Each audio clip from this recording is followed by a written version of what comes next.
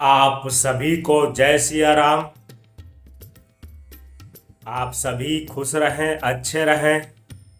भगवान से ये मेरी प्रार्थना है। परिवार में सौतेला होना मतलब जिंदगी नरक से भी बेहतर हो जाती है। कहीं ना कहीं सौतेलापन इतना बेकार चीज है। हमें हमेशा रिश्ता होते हुए भी ना रिश्ता वाला समझा जाता है। रीजन सौतेलापन। सौतेलापन कभी भी अपनापन नहीं होता है। किसी ने सही कहा है कि अपने अपने होते हैं और पराए पराए होते हैं। सौतेलापन जिसके पास आता है वही समझता है सौतेलापन क्या होता है। होता क्या है, कहने को तो सब अपना कहते हैं पर अपना कोई मानता नहीं है। गाली खानी पड़ती है, खाने की जगह में अपमान सहना पड़ता है, बेइज्जती सहनी पड़ती है।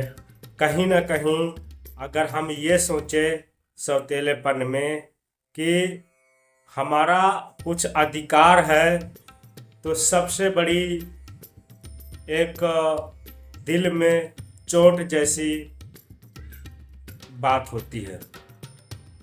इसीलिए भगवान से प्रार्थना है किसी को भी सौतेलापन ना नसीब हो, क्योंकि हमने ऐसा कई परिवार में देखा है जहां सौतेलापन होता है उन बेचारों को बड़ी तकलीफ झेलनी पड़ती है। हालांकि जो सौतेला होता है उसकी कुछ गलती नहीं होती है। गलती कहीं ना कहीं उसके माता और पिता करते हैं। होता क्या है कि एक पिता होता है, उसके 2 बच्चे या एक पत्नी होती है।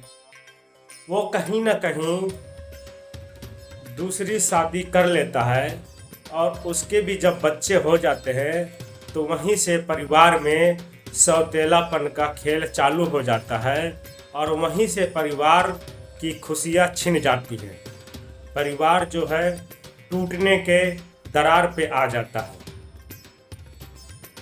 कहीं ना कहीं समाज में कुछ लोग हैं ऐसे, माफ़ करना मैं सभी लोगों को नहीं ऐसा कह रहा हूँ, लेकिन कुछ लोग हैं।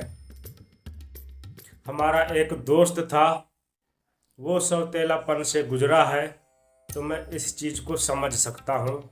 वो अपनी सच्चाई मुझे बताया करता था।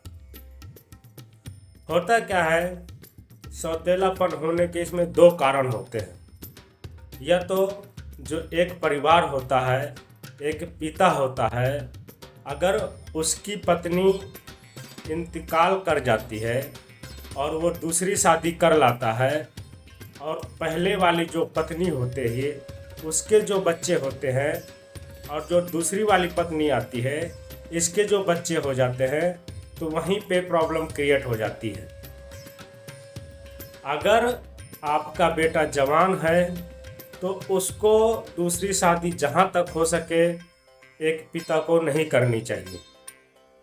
फिर बाद में देखो होता क्या है कि अगर शादी करके लेके आया तो कहीं ना कहीं जो दूसरी पत्नी आती है उसका भी उस घर में, उस संपत्ति में, यानी कि जायदाद में उसका भी बराबर का हक होता है, क्योंकि वो पत्नी के रूप में आई होती है।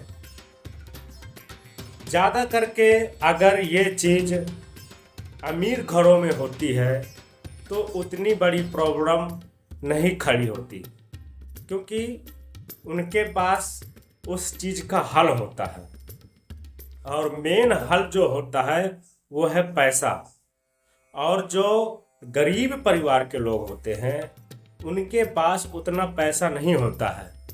तो हर एक गरीब परिवार को और मिडिल क्लास परिवार को ये सोचना होगा कि कि उनको दूसरी शादी हर हाल में नहीं करना है, अपने घर में सौतेलापन नहीं फैलाना है।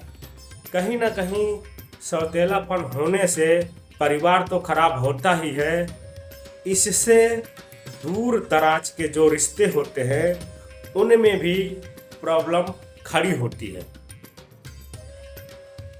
ठीक है, तो आप समझदार बनिए, आप अपने विवेक से और बुद्धि से काम लीजिए और अपनी लाइफ को हमेशा सरल तरीके से जीने का प्रयास करें।